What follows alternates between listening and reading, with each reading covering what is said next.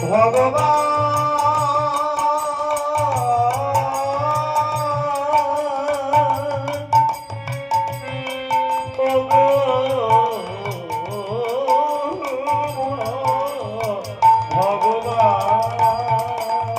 তাই ভগবানকে ডাকার পরে ভগবান কি করলেন মনে মনে স্থির করে বলছে না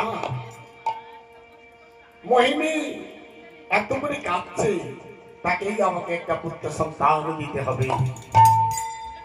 তো ভগবান উপর থেকে দৈত্যবাণী করলেন মোহিনী মোহিনী মোহিনী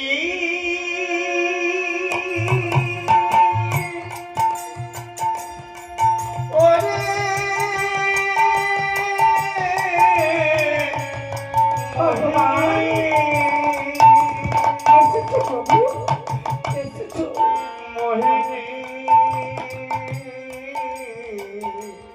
প্রভু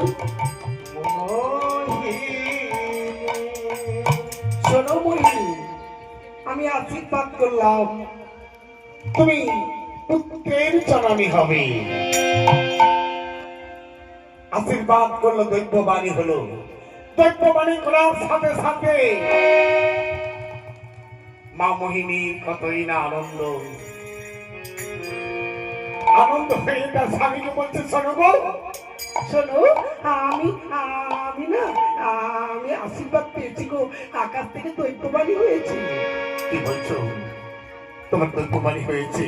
এই কথা শুনে আর আনন্দে থাকতে পারছে না তাই আনন্দ ধরে না আনন্দ ধরে না আনন্দ ধরে না আনন্দ ধরে না পুত্র হবে বলে কাঁদে আনন্দ ধরে না হবে বলে কাঁদে আনন্দ ধরে না একুলে ওকুলে কুকুলে মাঝে আনন্দ হবে না একুলে ওকুলে কুকুলে মাঝে আনন্দ হচ্ছে না।